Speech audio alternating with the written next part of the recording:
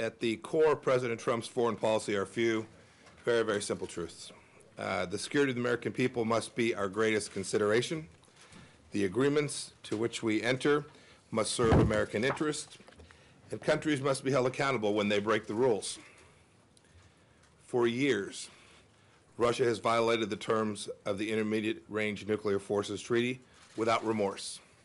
To this day, Russia remains in material breach of its treaty obligations not to produce, possess, or flight test a ground-launched intermediate-range cruise missile system with a range between 500 and 5,500 kilometers. In spite of this violation, for almost 6 years, the United States has gone to tremendous lengths to preserve this agreement and ensure security for our people, our allies, and our partners. We have raised Russia's noncompliance with Russian officials, including at the highest levels of government, more than 30 times. Yet Russia continues to deny that its missile system is noncompliant and violates the treaty. Russia's violation puts millions of Europeans and Americans at greater risk.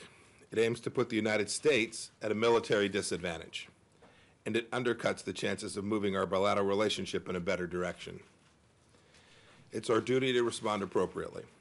When an agreement is so brazenly disregarded and our security is so openly threatened, we must respond.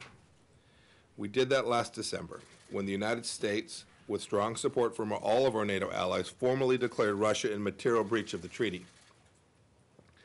I also then provided notice that unless Russia returned to full and verifiable compliance within 60 days, we would suspend our obligation under that treaty.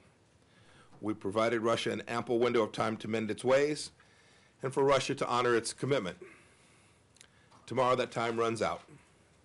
Russia has refused to take any steps to return real and verifiable compliance over these 60 days.